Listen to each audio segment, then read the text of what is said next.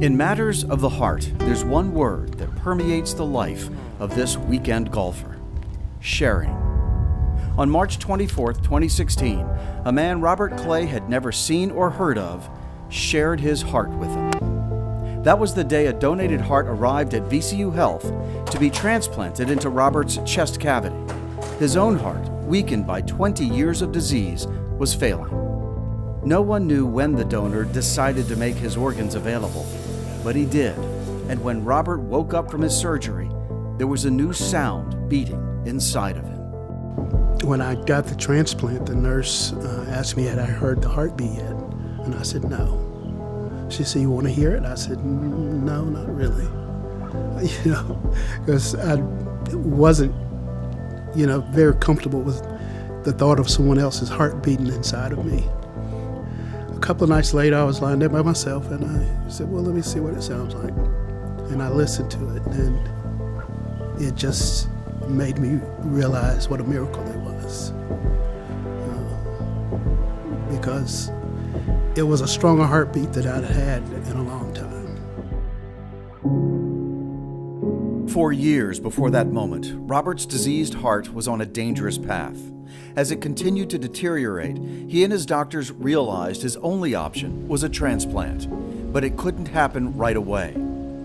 So surgeons implanted a left ventricular assist device, or LVAD, as a bridge to keep him alive as he awaited a donor heart.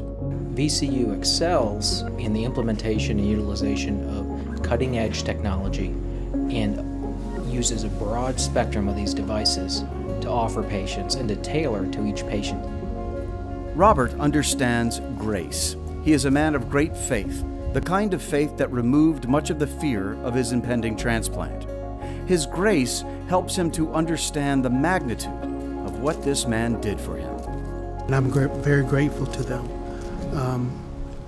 Before I left the hospital, I asked the transplant staff if there was a way for me to get in touch with the donor's family. The problem I had was trying to think of the words to say to someone that had done that.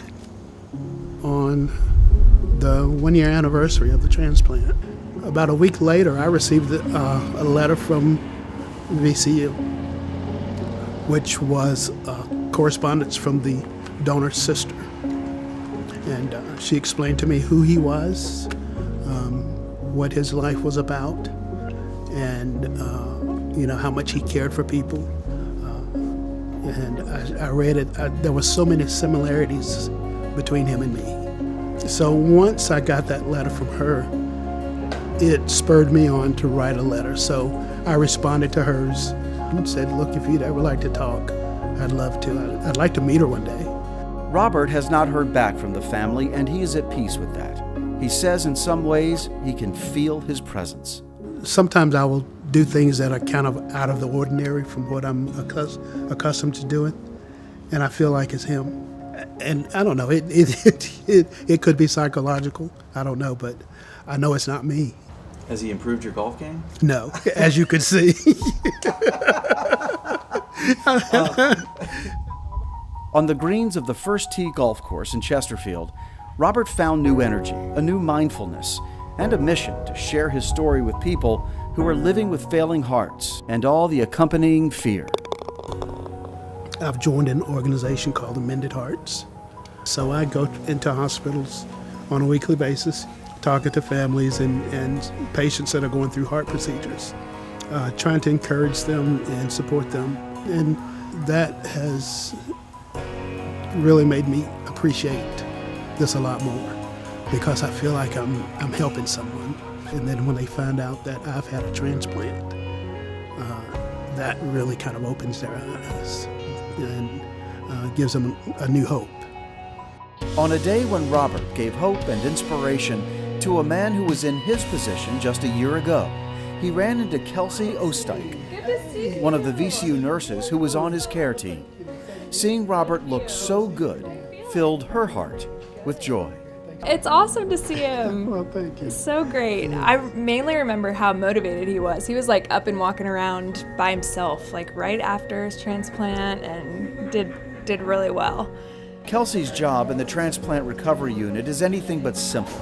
Recovery for patients like Robert is a never-ending process. She must be caring, inspirational, but above all, she must be a great teacher so Robert's recovery can be self-sustaining.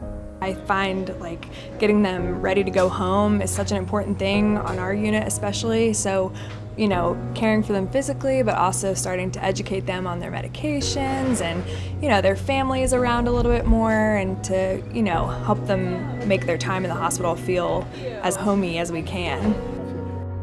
In the 8 months following his transplant, Robert Clay showed his grace by sharing his experience and his knowledge, working to erase the fear of his fellow heart transplant patients.